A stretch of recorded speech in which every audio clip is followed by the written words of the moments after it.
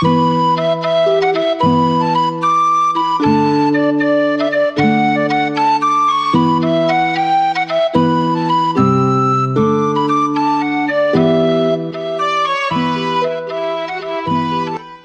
to Highland Waves, a podcast coming to you from Marshbrook Studios, located on a bank of the world-famous Margaree River in Cape Breton, Nova Scotia, Canada.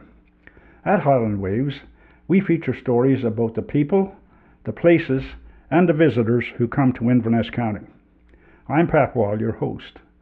This morning, I'm pleased to have with me in studio a local retired Roman Catholic priest, Father Peter LeBlanc. Welcome to Highland Waves, Father Peter.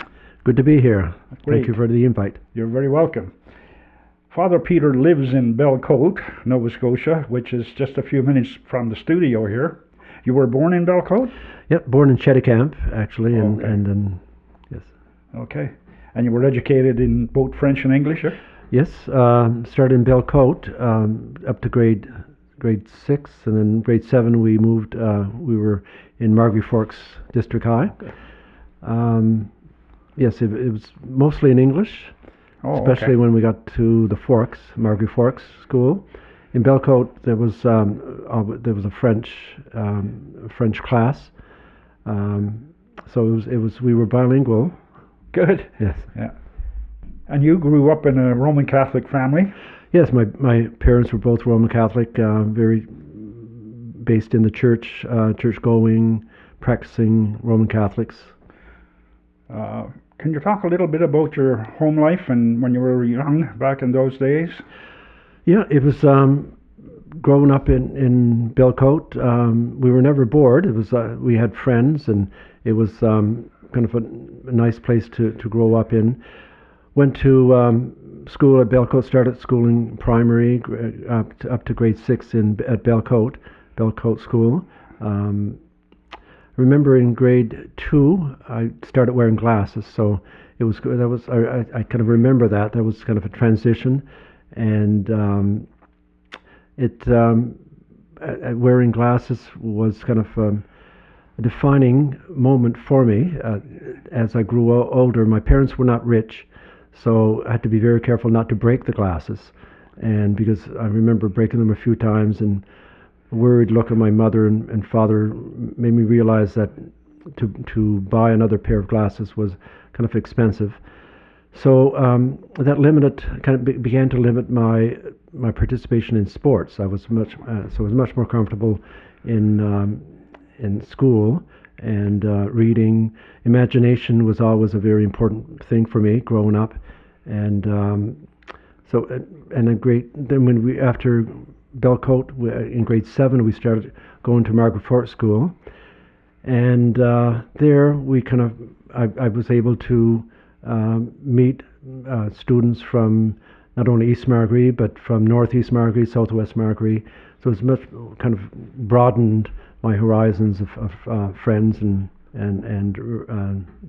people that I met, students. Can you explain to our listeners what motivated you to become a priest? It was something, again, going back to my parents were practicing Roman Catholics, so we were always, we went to Mass on weekends, got to know the local priest. When I was in junior high, Father John J. McDonald was here in the Margarees, and there was a youth group, so got involved with that, and John J. was kind of a big man, and he was involved with the co-op, the credit union, and in the co-op. So it seemed to me that, especially John J., growing up, he was a regular man. He was a person, not just a priest, but he was involved in the community and involved in the credit unions and the cooperative movement. So it began there. I began to see priests as not just involved in the Mass, but involved in people's lives. And that kind of made an impression on me. In high school, I was, grade 12, I was student council president, and very much supported by Father John J. Was interested in my schooling, and things like that. So student government kind of I began to be involved with different things, not just schooling, but involved with extracurricular activities, not sports, as I said before, Yep. but student government and things like that began to coalesce.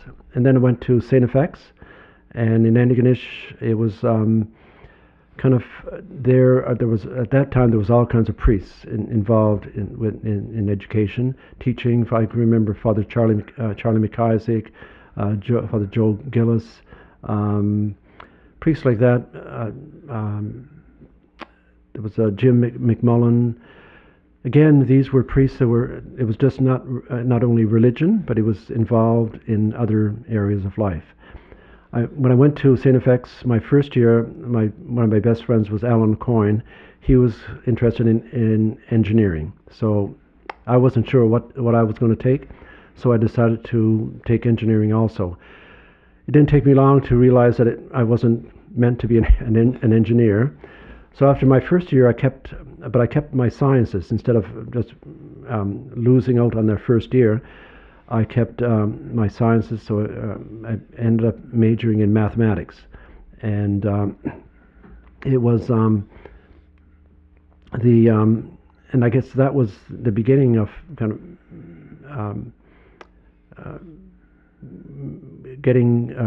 combining religion and science, and not seeing. I was always science became a love and really something that I really tried to that I was very much interested in. So it was kind of combination of meeting some priests on campus and also being involved in the sciences, and there were priests involved as mathematicians, as chemists and physicists. So again, it kind of broadened my idea of what a priest was. It wasn't just somebody involved with Sunday Mass. Yes. It was involved with people and studies, and so I decided I became interested in kind of pursuing that and seeing where that would take me, especially near the end of my 4 years at St. FX. Back in those days, and I don't know whether it would be true or not, but lots of times when your peers see you going in what they would think is a different direction, did you have that happen to you when you were going along in those years? Oh yeah, I mean, especially well, I guess especially when I went to St. FX and I was with people that were not St. FX at the time. I was there in the late 1970s.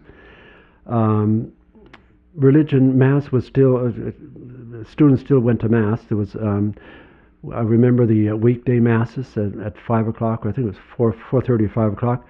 The chapel was almost full, and it was a big chapel on campus. So the faith was still important for students, so I didn't feel out of place. There were some professors who would challenge students, especially if they had a view of the faith that was more old-fashioned. They would question that from a more scientific point of view, especially science. So I was in science, and there was not much talk of faith in the science, except there were, like again, I was saying that there were priests involved in the teaching of science. Locally, I had friends here in Margery, and some of them, I can remember saying, were quite surprised when they realized that I was kind of serious in going in as a priest. And some of them even said, well, they didn't think that was for me. And not that they were discouraging, but they were just saying, well, are you going to be happy, or is that really for you? And I think they had a different experience of priests than I did at the time. But yeah, so it wasn't clear cut, and I wasn't I wasn't seen as particularly outlier or something like. Yeah, particularly a spiritual person. Yeah, okay. But more kind of I saw myself more as well-rounded, and I had all kinds of different friends. And oh, good. Can you explain the process briefly about how you become a priest? Okay, yeah. In my 4th year at St. FX, I decided we had a priest on each floor of the residences, and so you could or in each residence there was a priest where if you had questions or concerns you could go talk to him. So I went to talk to Joe Gillis and Father Joe Gillis, and I said, I might be interested in exploring the idea of priesthood.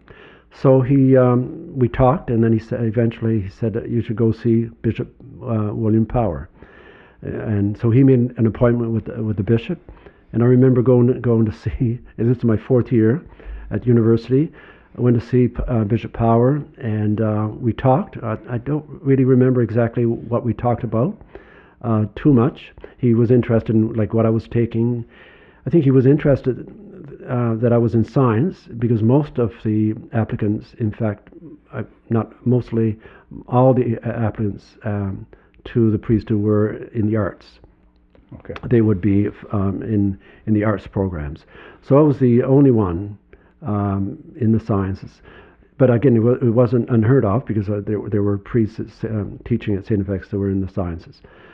So the interview went quite well, and I noticed on the coffee table there was a piece of paper, and I kind of realized that was the application for the priesthood or for the seminary. And as the interview was coming to an end, I wasn't going to ask for what that paper was. Eventually, as I was getting up, he said, "Oh, you might as well take this with you." So it was the application. Okay. So I applied and didn't hear anything from him. Then graduation, of course, was in May. He was the bishop was the chancellor of St. FX at the time. It's different now, and he was at graduation. When I got my degree, he would have been the one. You'd be shaking hands with the president of the university and the chancellor. And then I had to go back up to receive. I got the medal for the highest average in my course of study. Oh, good. Yeah, the silver medal. So I had to receive it from him, and I could notice that he was very impressed with that. And I think that was probably the thing that, if he was having second doubts about whether I would be an applicant for the seminary, I think that kind of clinched it, because there were at that year there were four guys who applied, and I was the only one accepted. Power didn't accept everyone. Sometimes he would ask you to do a year out, a year something, you go with CUSO, or just take a year off after university instead of going right into the seminary. Sometimes he simply told people that he didn't see that they had a vocation. So of four, I was the only one accepted, and so then I was chosen to. I got the letter from him in May or June, early June. I was weighing lobsters for the co-op in Belcote, and my mother called and said there was a letter here from the bishop's office in Antigonish, and it was the acceptance that I was accepted to go into the seminary. Not as I wasn't accepted into the priesthood. It was accepted to go into the seminary where you would discern the vocation for 4 years. And so I was chosen to go to Ottawa, and I really felt that Ottawa was the place I wanted to go. There was Ottawa or Toronto. There was seminary also in London, Ontario, and out west. Most of the guys from here went to either Toronto or Ottawa. Ottawa was a more liberal, progressive seminary attached to the University of Ottawa, and that's where I went. Enjoyed my first year, but after my first year, I came back and I wasn't sure if I was going to go back. I was kind of wondering, is this for me? But I had the whole summer, 4 months, to kind of think about it, and I decided again to go back. And after that, I kind of realized that this is for me. I could make this my life. Okay. So there was a lot of thought. A lot of thought, and again, this was the first of 4 years. There was 3. We went for 3 years of got a Bachelor of Theology from the university, and then there was all kinds of preparations in the seminary itself. But there was a degree you would study. It was got a normal university degree in Bachelor of Arts in Theology, given a civil degree given by the University of Ottawa, and a ecclesiastical degree given by Rome, and they combine. And after 3 years, there was a year sabbatical, a year as an apprenticeship. You would go into a parish. So I went into St. Sacred Heart Parish in Sydney. Bill Roach was the pastor. Spent a year there. Loved it, and the people of Sacred Heart were amazing, and they were used to having a seminarian. Okay. So it was really a great year, and learned from them, and got really encouraged and supported. The people got to know me, and then it was kind of a year where it's not only your vocation, it's whether or not people can see you as a priest, can think that. So after the year at Sacred Heart, went back to Ottawa. I was hoping to do a master's in theology, and I told Bishop Power that, but he kind of meant there was a new program in pastoral studies, and he wanted me to take that, so I took that. And you were ordained where? I was ordained here at St. Michael's on the 23rd of May, 1982. Okay. And when I finished my internship year, before going back to Ottawa, I talked to Bishop Power and asked him for a date of the ordination, and he gave me the date. Oh, nice. So he was convinced then that he wanted me as a priest. Oh, good. To me, there are basically two types of priests. There's a religious priest, and then there's a diocesan priest.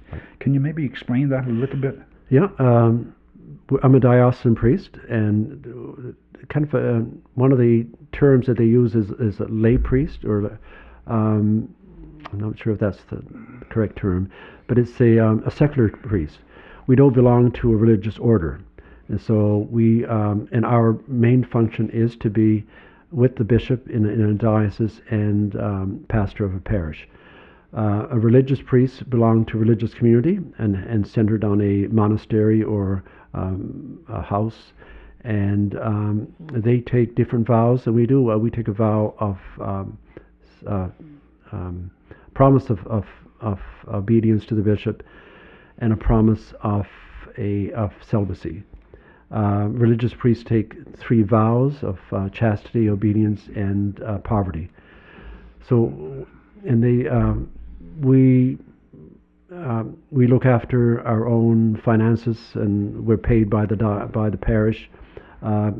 Religious priests amass their earnings, and they're paid by the order. Okay. So it's a different lifestyle. When I was ordained, I thought was quite healthy because there were all kinds of you didn't have a community, but your community was I guess one of the main difference is our community is the people where we become we're centered in on a parish. Whereas for the religious priests, their community is the other priests. But when I was ordained, there was all kinds of priests. Like there was a priest in Margerie, East Margerie. There was a priest living in Southwest Margerie, looking after the Northeast. There would have been a priest in Lemoine, the priest in Cheticamp. There would have been priests in all kinds of priests. So you never felt really alone, and there was the camaraderie of the priesthood. Now it's very different, and we're more isolated because there's only one priest here, and the next priest in Cheticamp and Inverness. So it's very much more isolating now. Yeah, that was one of the questions I was going to ask you. How it's changed since you came into the priesthood? It's just day and night. Yes, I'm sure. Yeah, when I was a priest, I was an assistant at Holy Redeemer in Sydney, and I had 3 youth groups. There was that many people, young people, interested in being part of a youth group. I remember, and the churches were full. There was a lot of participation of the lay people. Young people were coming to church, and completely different nowadays. I mean, you go to a church, it's mostly older people, especially here, not here in Margaree, but in Canada. In the larger cities, it's still the same thing. We get about probably, on average, 15% of the Catholic population that attends church regularly, and sometimes it's 10%. What is the most challenging aspects of being a priest today? And I'm not sure it would be a younger priest would have an answer for that, because I'm retired. But as the years went by, the challenging parts was to see the church becoming more and more irrelevant in the life of the ordinary person. So for a young priest today, starting out, I can't. It was so different for me. I felt it was at that time it was kind of a normal thing to be a priest still.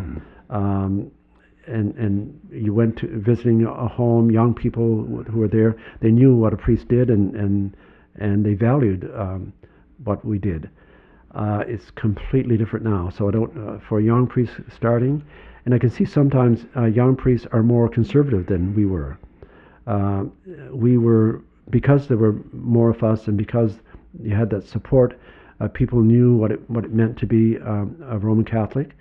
You didn't have to be defensive about it, so you could be more progressive. You could be there was a room for all kinds of ideas, and that I don't see that today. It's more like people are bunkering in. They're defensive, and you almost have to defend the church in some way.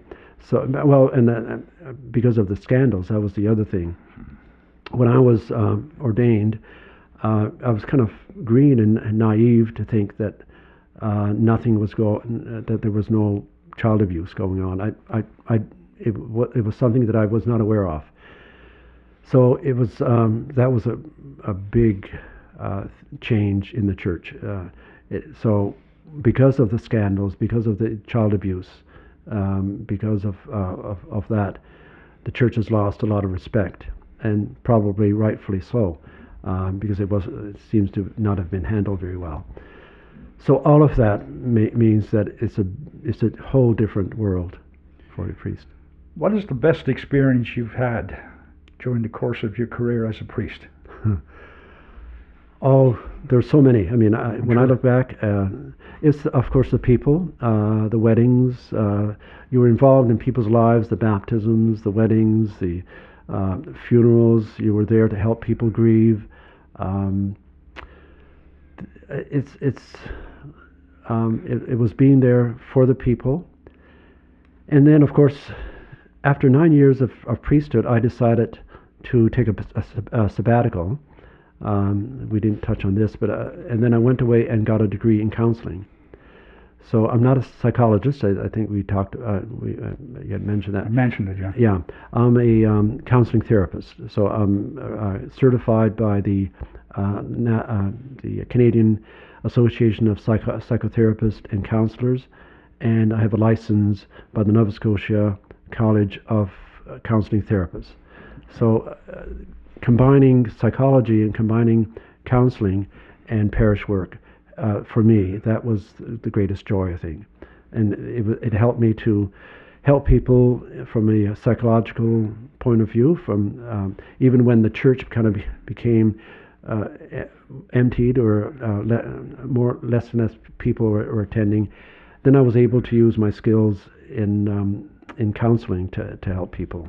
Now, did you or do you specialize in a particular area of counseling? No, but it's individual counseling, and I use an eclectic view, some Jungian psychology, some family-based trauma-informed counseling, and a mixture of things. The world is changing, obviously, very quickly, and with the advent of the internet and digital media and things like that, it certainly has encroached on our personal lives in many ways. How has the counseling profession dealing with that, or how are they dealing with it? It's amazing. When I started in counseling, I came back in '94, and I was appointed as chaplain of the University College of Cape Breton at the time, so I used my skills there. After 6 years, I became Bishop Colin Campbell was the bishop at that time, and he said he wanted me to take on some parishes. But I also became a counselor for family services of Eastern Nova Scotia. Stan McLean was the director at the time. So it's a family-based counseling center, and also especially for people who were government. It was government funded and also supported by the diocese. So it helps people who can afford to go to a counselor. Okay. The changes and I remember my first, everything was written, and I know the doctors are in the same way. Everything now, then everything was written down. We wrote reports down. Then everything became technical, and we were able to do it on our computer, and that helped a lot. It changed it gave us more time to spend with clients. But I retired from that, I think, in 2019. But I would imagine now it's more. There's some issues with the media and things like that are becoming issues for counseling too. Okay. It'll be different. So it seems that spirituality and the counseling dovetailed well for you. Oh yes, yeah. Okay. Yeah, very much so. Okay. My love of theology, I've always been interested in theology, but my second love, I think, was psychology. Okay. So, and they do dovetail, because there's been a lot of psychologists who have been priests, and okay. as there have been scientists who have been priests also. Yes, of course. How do you manage your mental and spiritual health to prevent burnout? It was it was always a concern, and I think it's something that when I was first ordained, it wasn't seen as an issue, but certainly it has been. My psychology training certainly helped. But when they say physician, heal thyself, so sometimes it's not what I learn and I help other people to deal with burnout.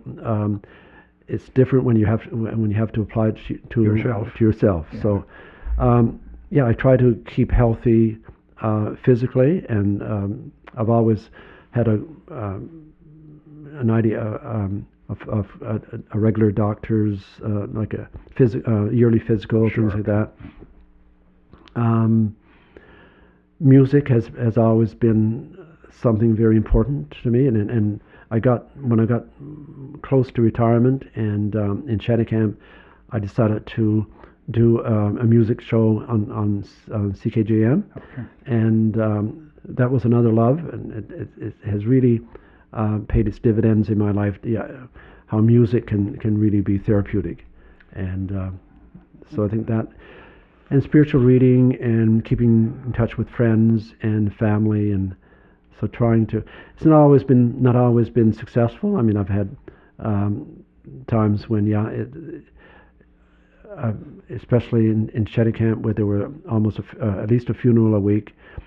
After a while, it becomes, when you're dealing with death and grieving, it really takes its toll. So once in a while, I would realize I need to get away. I need to to look at this because I'm getting kind of stressed and Okay. yeah. It seems you have a life well lived. Would you change anything? Going back, Yeah. not too much. I think one of the things probably to be easier on myself, not to be. I've dealt with. I think because of my upbringing, sometimes a critical, a harsh critic, inner critic. Okay. So, and I've dealt with that. I really, when I look back, probably one of the highlights of my life was when I took that sabbatical and I decided to do counseling, do studies of counseling. Bishop Colin Campbell was not happy with that, and he basically said that that's not the way he saw me going. I stuck by my guns, and I made a personal decision that this, after praying, I brought to prayer, and I really felt this was something that I was called to do, and so I went against his wishes, and I have no regrets for that. Okay. And I think if I do have regrets sometimes, it's that I did not have the courage sometimes to do what I thought was best for myself. Okay. Before we wrap up, is there anything you would like to add? No, it's again. I think we touched on the radio. When I was at St. FX, my last year, I was a DJ at St. FX on the. It used to be kind of just. It was a local campus radio, basically broadcast to different speakers in the residences. It's become a real radio station now. But that began my love of radio. And when I went to Cheticamp and I realized there was a community station, in 2017 I decided my French was good enough that I could offer to do a radio show. And that is all that has enriched my life. And Great. so all those things, the study of cosmology has been an interest for me. My sciences, my science studies have always been a plus. I have no regrets for not having the arts degree. It was my sciences have been.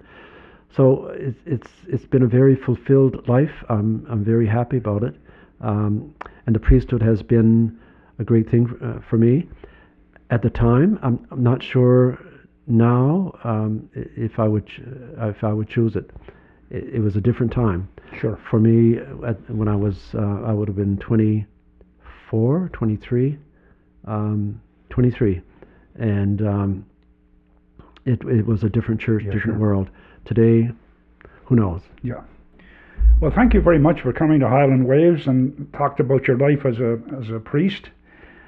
And your career has dealt with consciousness, thoughtfulness, and spirituality. And my sense is that you've helped and continue to help a lot of people in life.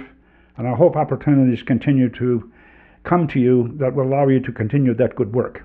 Thank you. And thank you to our listeners. Don't forget to hit the like and subscribe buttons so you can stay up to date.